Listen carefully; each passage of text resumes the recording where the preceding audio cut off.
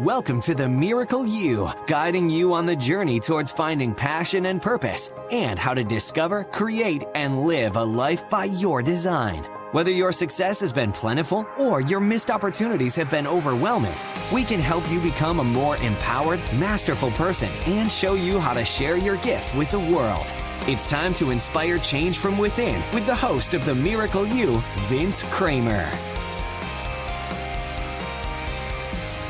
Hello, imagination. I'm Vince Kramer, your host, and welcome to the Miracle You, where you learn about the magic of living your life by finding the example in real life.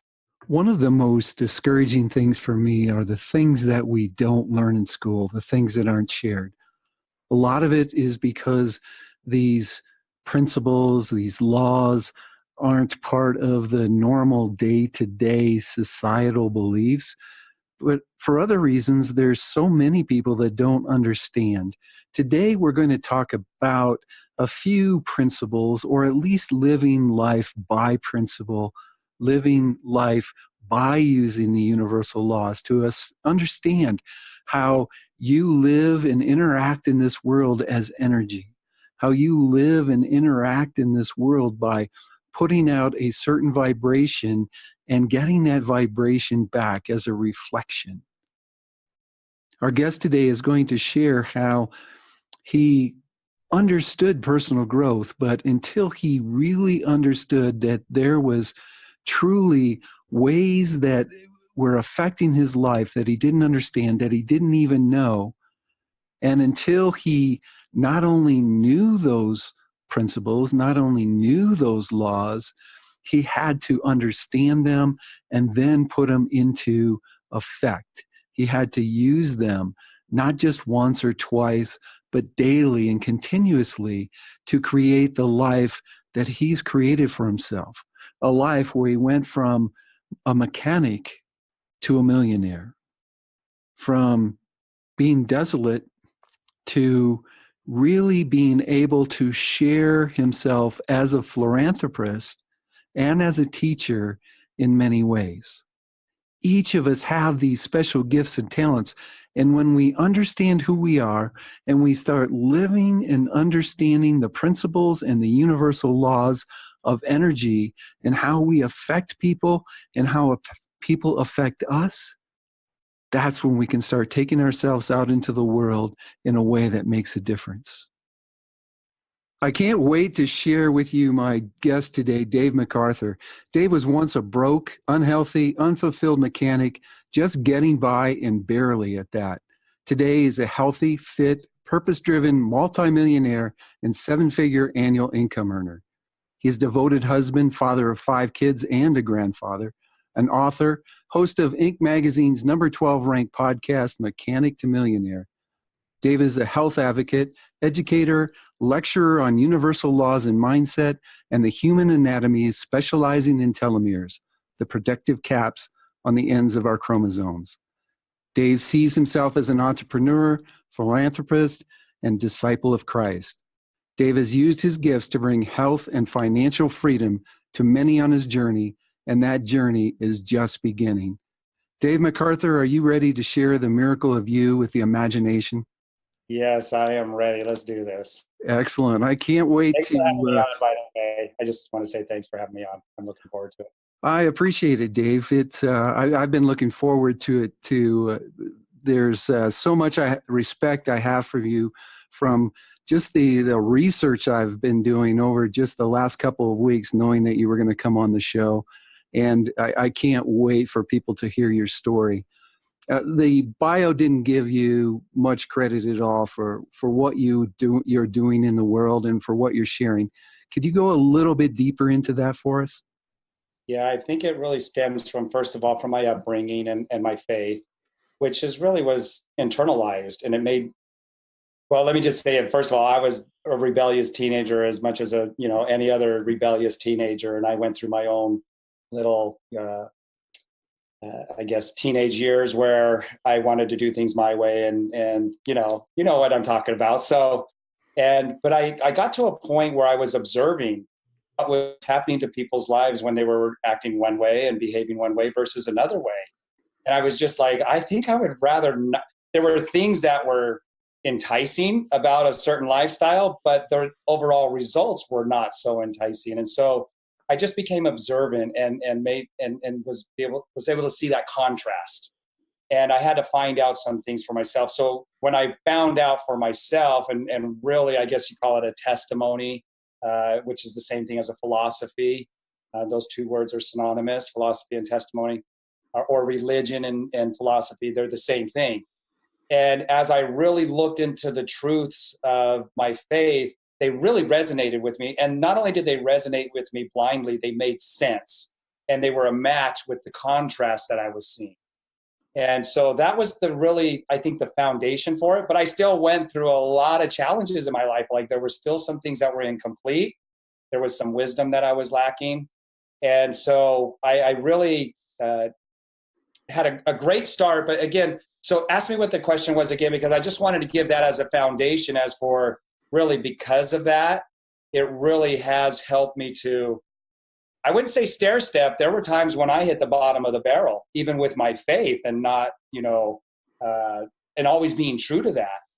And I have on my wall right here, says, above all else, to thine own self be true. And so I even did that in the lowest times of my life. But again, ask me that question so I can kind of clarify a little bit more now that I have that established. You bet. Share a little bit with us about what you're doing right now, how you're bringing yourself to the world. Yeah, it's been an evolving process for sure. Life is a journey, right? And I've always been interested in personal development. And that when I may have heard of it in high school. It may have been after. I didn't do well in high school. I dropped out of high school.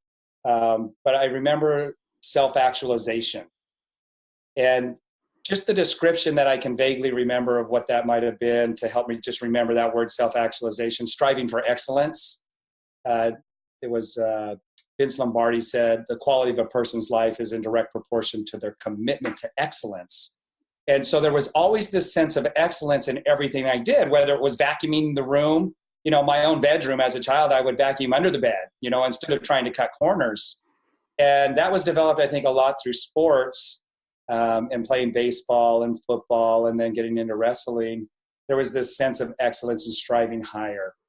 And so through doing that, getting through these challenging times, as I evolved in that, investing in my own personality and my own character, it got to a point where it started to return, like huge, Sterling W. Sill says, a little investment in character and personality will return 1,000,000-fold.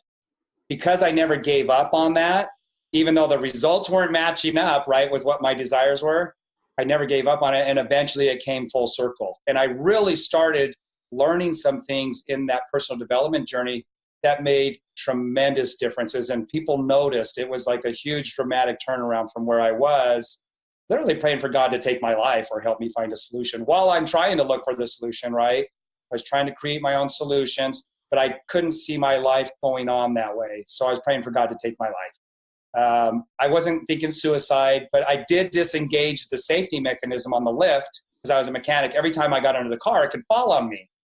But that would be an act of God, is the way I saw it, right? Take me out of my misery. But I was still trying to find the solutions and create the solutions in my life. I think we all do that.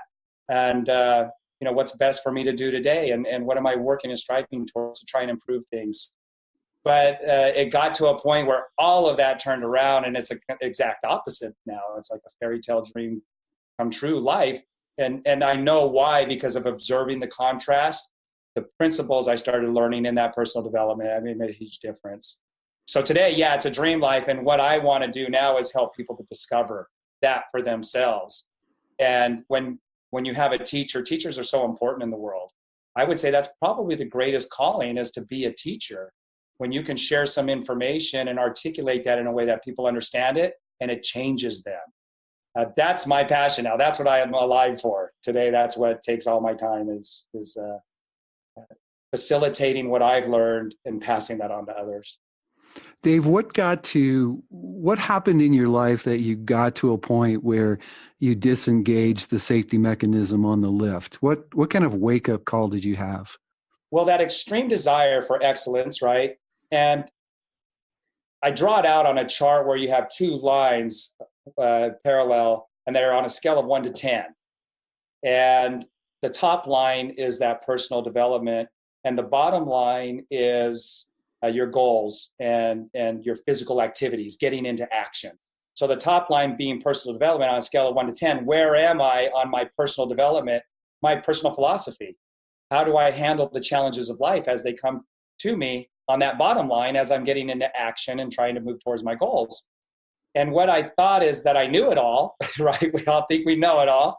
And I was ignoring the top line, but working very, very diligent and very hard worker on that bottom line.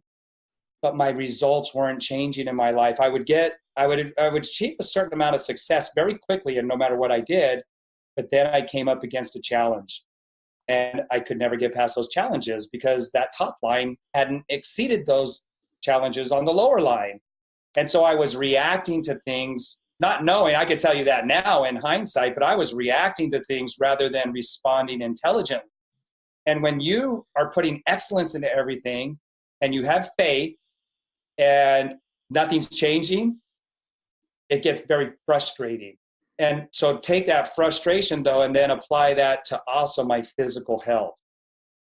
I had gotten to a place where I was so fatigued all the time, not from overworking. It was like my body was giving up on me. And it was like a chronic mental fatigue, depression. And that's very controlling. So now I feel like mentally I'm walking through quicksand all day while I'm trying to do excellence, and I'm not getting the results. And so after feeling like you've exhausted everything and I'm physically exhausted, it's like, man, I'm just ready to go home, take my life, because I know I won't feel like this anymore there. And if I have to, I'll keep being faithful. I won't go against what my value system is out of frustration. I stuck to that. But man, I was ready for, either going home or finding a solution. And the prayers were very hard, very consistent. And so were my actions, but it was a struggle. And if anybody's familiar with chronic fatigue, it's like a depression. You don't even care if your bills are being paid. So what happened at that point, and I'm a health person. I mean, I football, baseball, wrestling. I was always known as the guy that was always fit. But at 36 years old, I was everything but that. I was about as far away from that as you could possibly be. And it's about as far away from my goals and dreams as you could possibly be. So, all of that came together to create this perfect storm in my life that really I feel like was perfect. All of those challenges and everything that I was going through was a perfect design. I don't think God made me go through those. Those were happening because of certain choices I was making and principles that I was breaking. But it was all perfect because as I was able to pull out of that, I could see the contrast of what caused that to happen very, very clearly. Where some people might do it on happenstance and serendipitously and not really know why their life's better now. I had a very clear concept of why that was, which helped me to be a better teacher. Does that make sense? It certainly does. And what you shared with us is so very important. First of all, when we're not going in the direction that we're really here to go in, our body lets us know in many different ways, and it gets our attention, and it definitely got yours, and it really took you into a direction where you're bringing some very valuable gifts and talents. As you say, a teacher is so important because a teacher not only trains you in a certain aspect, but they also bring the philosophy into it. They also help you find out who you are. And you've done that throughout your life since you've made that jump, you've made that change. Tell us about some of your thoughts on universal laws and how that's changed your life. Yeah, it's changed everything. That's what turned everything around. When I started investing in the right knowledge on that top line, the personal development, my philosophy, it didn't, like, the truths that I had, I knew were truths. Those didn't change. It added to it, and it was adding things that were missing. So I had things that were incomplete. And when you don't know those things, you don't know that you don't know them. So it's a very difficult situation to be in. That's where a teacher is very critical. because it can help expose to people that they didn't know that they didn't know, by helping them to become aware.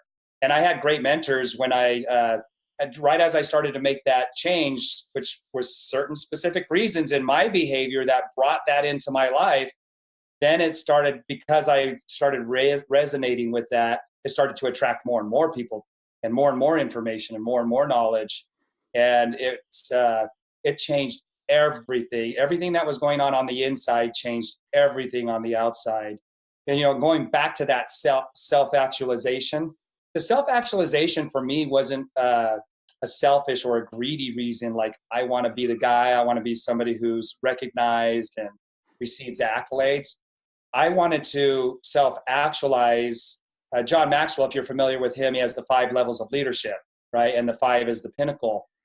My reason for getting to that level 5, or that total self-actualization, was that I could be an impact and an influence for other people. And, we talked a little bit before, and like, I took a right turn when I should have took a left turn, right? And circumstances tend to do that. And not just the circumstances, the fear of some other circumstances that might come up that caused me to take a left turn to provide a living and to go down an avenue that seemed more achievable, to be that support as a husband and a father, instead of going down the pathway that I was born to do. At 12 years old, I knew I wanted to be a teacher, but I thought it would be a school teacher, but then I dropped out of high school. I still had that innate desire, though, to be a teacher, and it did come back full circle. So I don't know if that clarifies that, but does that help? Yeah, certainly does. The interesting thing that I share with people, first of all, a lot of people don't know I'm a John Maxwell coach. So, awesome. So about yeah, my life. Very familiar with John and his work. But what people don't realize is we do know what we're supposed to do very early in our lives. And we have a tendency to forget, or a tendency to be influenced from the outside. Just the belief that, how can I be a teacher if I didn't graduate from high school? But the experiences that you've had along your journey, the tough times, as you said, when you didn't give up, when you were down there at the bottom, as well as all the things that happened at the top, have all brought you to this place where you're a good teacher because you're a living example. Yeah. You're a living example because you had to find it. Being Yeah. one thing on the stage and not that same thing off the stage. And that's, again, going back to that own self be true. And that self-actualization, I just wrote down, investing in myself and really holding myself to a high level of, what's the word, when accountability, holding myself to a high level of accountability, that I am being true to myself and that I am working on growing and expanding my understanding and then changing my behavior to that. That's not easy to do. But the thing that really motivated was, I'm going to do that and really put forth that effort so that I could bless other people's lives, that I can show them as an example, but also for those that would come to me because of that example, that light that I'm being on a hill, because the way my life is a representation of, I would say, success, but not in the way the world looks at it. Yeah, wealth, but also everything's in balance. My marriage, my family, the reasons I do, what I'm actually doing, all of that's in balance. And being that for people, to show them that this is possible, giving them that exposure. If I could rise up to that 4th and 5th level of leadership, people are going to have an exposure. And Marianne Williamson says it's our light that we most fear, not our darkness. And we're afraid to let our light shine. And in this case, I wanted to let my light shine, but it wasn't shining. I was losing my health. I couldn't replace the broken window on the front of my house for years, driving an old 1989, minivan that smoked when you came to a stoplight. And so I wasn't being that. But I was driven to rise above that and become that light. And so that other people, I could help them and assist them to do that. So rise up and then reach down and pull more people up. It's the in pulling people up that drives me. I mean, for more than 13 years now, I've just had this incredible amount of enthusiasm and zest for life because I'm driven by helping other people, serving other people. But that's what drives me to want to be better. right? I'm not doing it because I think other people think I should be doing it. And I think a lot of people feel like they need permission, or they need the okay or the confirmation. And as I started learning the principles, and this is a very important point, I didn't need permission from anybody. And it didn't matter what my past was. The principles were telling me, Dave, for you, anything is possible. It doesn't matter where you came from. It's where you're going. And the principles are what gave me permission. And people say, well, I'm principled. I know the principles, but there are very subtle principles that people do not know. And they don't even know that they don't know them. Mm-hmm. But when you get those, you really start to understand, oh, there really is unlimited possibility. Now I just need to do the work to put myself in alignment with what those principles just told me I need to do. And so those very subtle principles could become as clear as the principle of gravity, which very effectively governs our behavior. I'm not going to jump off the roof because I know what's going to happen. So these little subtle principles that we're not even aware of, as I was being exposed to them, I now know them like I know the law of gravity. And so they guide and direct, my behavior. I don't do it perfectly, but I do it way better than I used to. It's a very short podcast, so we really don't have time to delve into it, but there's so much that we don't know, so much that's not been shared with us. It's outside of the norm, and it's outside of the comfort zone of so many people. So just bringing it out and sharing it in small groups and bigger groups, it's really opening eyes. And I've seen personally some of the eyes that you've opened through your example and through what you share. Our definition of a miracle is through an act of love, sharing your gifts and talents with the world so others can share theirs. That's truly what you're doing. You are a miracle, and you're sharing the miracle of you. Can you give us some of the miracles that you've experienced in your life, either that through what you've done personally for yourself, or for what you've seen in other people by what you share? Yeah. And that quote that you just said, that's what lights people up. If they can tap into that and understand that. And I wanted to say one other thing that kind of fits with what you were saying. I wrote it down. The mistake that people make, not purposefully in the self-sabotage, is they want everything outside of them to change. Then they think they're going to have what they want when everything outside of them changes, and it's actually inside, right? And when we focus on that, and then that's when the real work and magic starts to happen. So ask the question again. So could you give us some examples of the miracles that you've experienced in your life by sharing your gifts and talents, either for yourself or for people that you've been working with? Yeah. So are you talking about like particular instances like that have happened for people as I've engaged with them or with me, like yes, the changes that they've seen in their lives? Yes. Well, where my life was too, a lot of people are like that. I mean, this is not a unique thing that poor Dave has to go through, and it's unique to Dave. This is a pretty common universal thing. And discovering your destiny, your destiny is not going to be told to you and here, go do it. It's an unfolding process.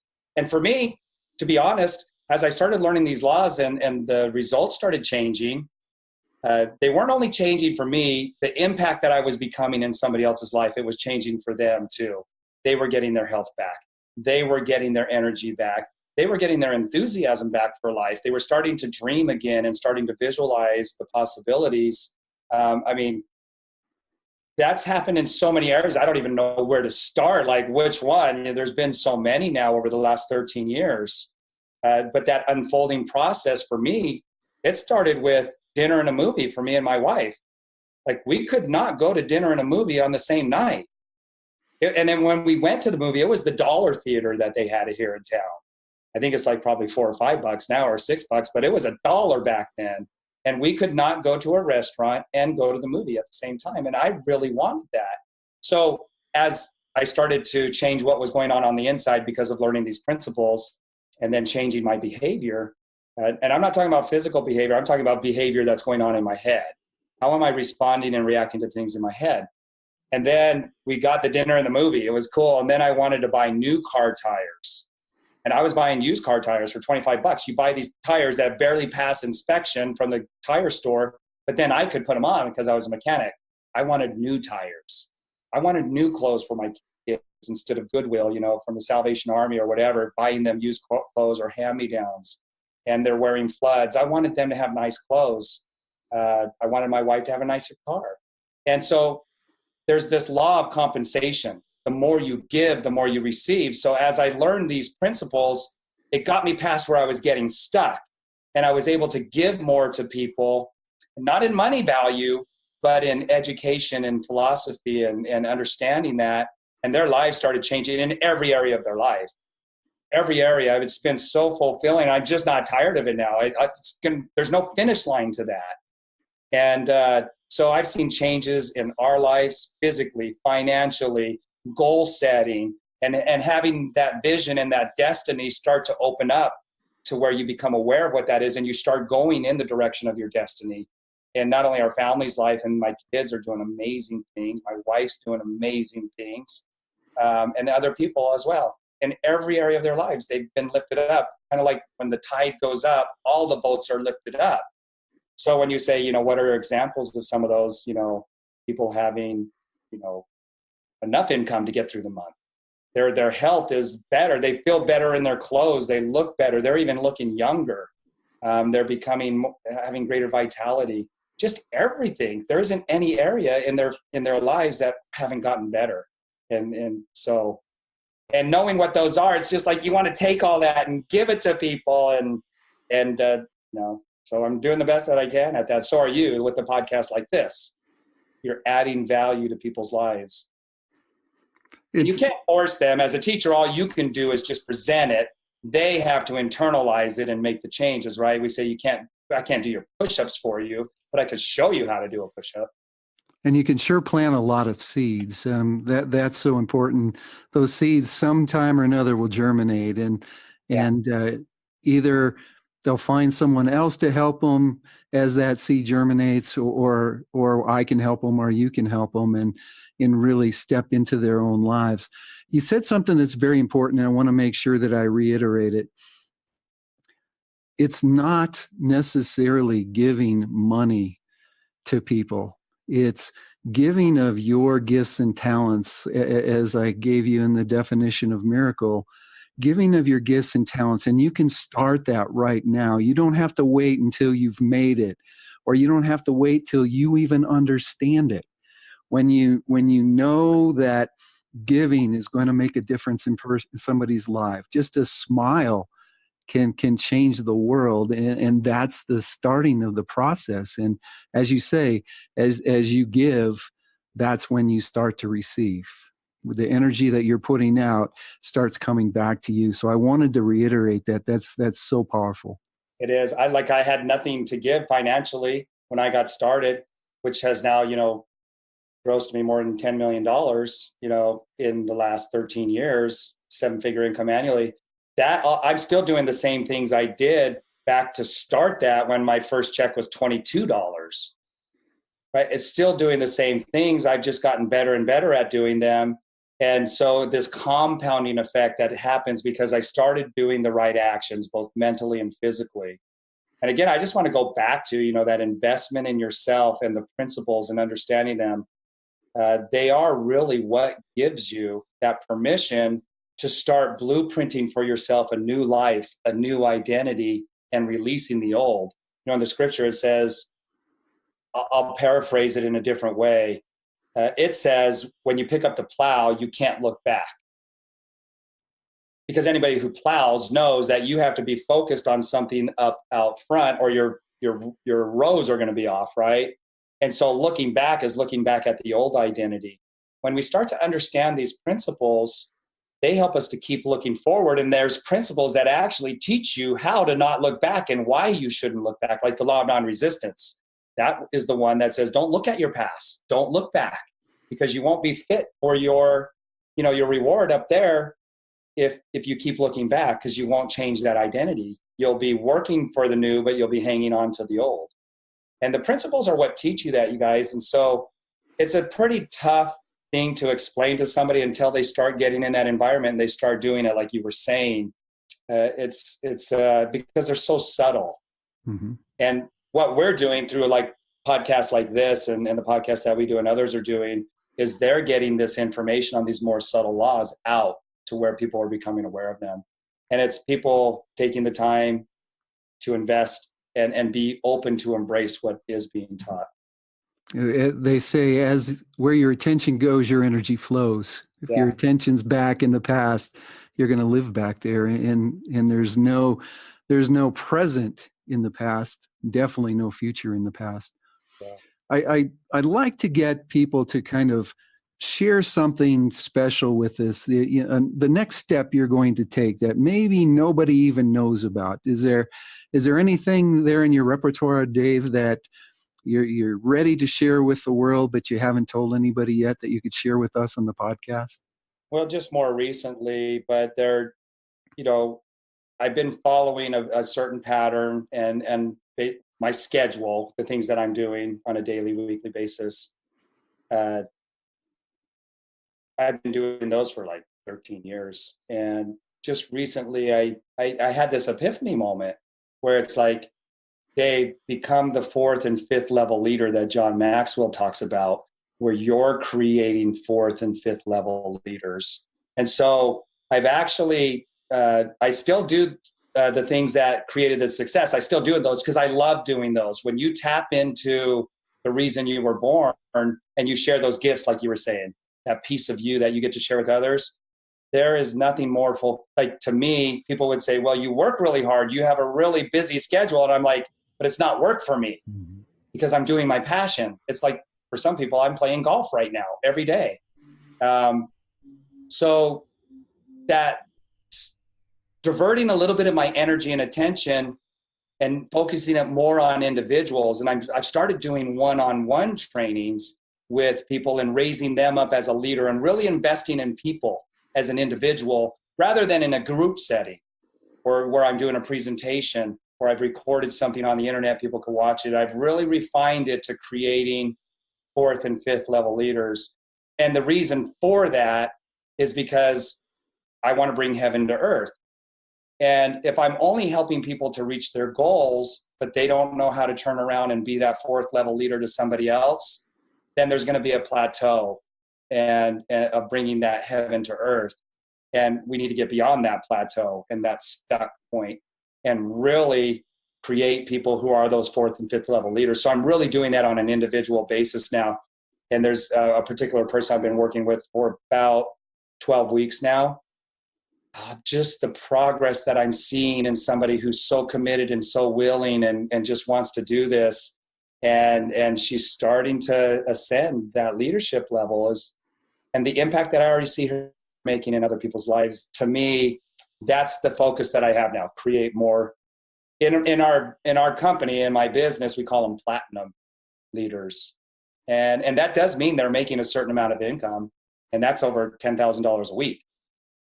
And I want to create more platinum income earners, right? Instead of me being the platinum income earner and helping other people in that area of their life where it's impacting their life in a dramatic way, getting them to become the game changers. That's really what I'm working on now. And that was an inspiration as well. Sorry to interrupt you. That was an inspiration where when I took a left turn back when I was, going through the hardships in life and I should have took a right turn, I learned to listen to my heart a little bit more now. So I'm saying my prayers and seeking guidance, and I'm listening to that. I'm a slow learner, but, I am listening, and I feel even more fulfilled than I did 12 weeks ago. And I didn't know that it was even possible. Something that I want to point out that you said, there's like 4 or 5 things that we could go on and talk forever in what you just said in the last minute. But one thing that I want to share and really point out is, even though you've kind of stepped into another level, you're still sharing your special gifts and talents by teaching this individual the what you've learned and what you've experienced. And I'm sure through that, you're finding where her empowerment comes from and bringing that into her presentation. So I just got chills. I'm surprised how intuitive I am to that individual. It's blown me away. It's been very cool. It's because you're in touch with you. Yeah. You're able to, first of all, be in touch with who you are and what you have to bring to the world, but also there, because you're doing what you love, because what you're sharing with the world, there's you're helping her and not feeling in any way any fear or any possible competition through it. So you're opening up to her, and in opening up to her, you're making that connection. So it's so powerful, and Yes. and it's such a great example to share. I appreciate it so much. Yeah, that nails it. I mean, I don't know what else to add to that. That's it. That is, I mean, there was a thought that came up and now I've lost it. And there's so many things. I mean, we do a podcast. We've been doing a book. I think we're coming up on 6 or 7 years of one book that we've been doing a podcast on. We just recorded podcast show number 200 or 219. And we're still on the same, we're almost done. There's only like a paragraph or two left in the book. So, but there is so much to learn. And a podcast like this is only going to introduce people to the idea of it. We haven't even talked about the principles. Right. And those are the things that will make the change and open up so much more for people. And so you really got to get to the principle of the thing. We know that phrase, right? It's the principle of the thing. So you got to get there, yeah. and that's what Imagine Miracles is all about. So thank you very much for pointing that out. We're coming close to the end of our time. Is there one parting piece of guidance you could share with us that will change people's lives right now? Yeah, doesn't happen overnight, you guys. It does not happen overnight, but it's the consistency. There's a book. I was actually able to see this guy live in a training, and his name right now is slipping my mind, but it's called The Compound Effect. And he says, like the Steve Jobs of the world, the Bill Gates of the world, the things that they were doing in the garage when nobody believed in them and nobody was like all these accolades around them. There was no reporters, there was no paparazzi when they were in their parents' garage putting together this vision that they had in their head. And the things they were doing in that garage are the same things they still do today. It's just that they've compounded when they did it day after day after day after day. There's this compounding effect. And so if you were to follow around Steve Jobs in his daily routine, it would be very similar to what he did back when he was in the garage. But everybody's giving him the accolades now. Everybody worships the ground they walk on. But and so we need to realize that it's not one thing that makes the greatness in the individual. It's the mundane things, mastering those mundane things and doing them every day consistently. So this personal development journey I've been on and where I'm at today, it's not an overnight success, you guys. It was first dinner and a movie. It was being able to buy new tires instead of old tires. So I would just encourage, everybody has it within them already. You are already everything it takes. You just need to get your behavior evolved to what's within you. And that's a journey. It's a lifelong journey, and there is no finish line on it. But you got to start somewhere. That whole journey of 1,000 miles begins with a step. How do you eat an elephant? One bite at a time. But you do got to get locked into the right information. And I was a personal development person as a teenager. I read the books, but I didn't get the right books. They were books that helped. Any personal development book's going to help. But I wasn't getting those more subtle principles, which are like the law of attraction, the law of non-resistance, the law of vibration, the law of polarity. People are like, what is he talking about? Talking about electricity now? No, I'm talking about laws that govern your life. So it's a journey. That's what I would say. It doesn't happen overnight, but the journey's worth it. It's definitely worth it. And thank you for sharing yours with us today. I know there's a lot of people that probably want to know a little bit more about you or get in touch with you. How can they do that? Yeah, so the podcast we have is probably the best way, either that or Facebook, but the podcast is Mechanic to Millionaire, mechanictomillionaire.com. The email's on there. It's on iTunes and Stitcher as well. But if you wanted the email, you could go to that website. Facebook, it's Dave MacArthur, MacArthur. And you can message me. And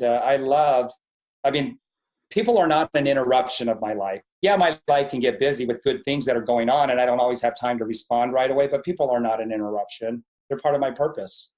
And so as I can, I reach back out to people and support where I can. Well, to help you live your purpose, we'll make sure that all that information gets on the show page. Just visit the show page on themiracleu.com, and all that information on how to get in touch with Dave will be there. Dave, I want to thank you for being here today. On behalf of Mary and myself, we want to wish you a miracle day. Thank you. Right back to you. Take care. You've completed this episode of The Miracle You, but we have plenty more to help you discover your own personal passion and purpose. Head over to themiracleu.com for free resources to assist you on your journey, as well as register for our free webinar, Discover Your Miracle Life, 3 mind-awakening steps toward your unique purpose, or apply for a one-on-one Your Life, Your Way breakthrough session and discover your next best step on your journey. All available exclusively on our website. That's themiracleu.com. We look forward to sharing more experiences of passion, purpose, and life by design next time, right here on The Miracle You.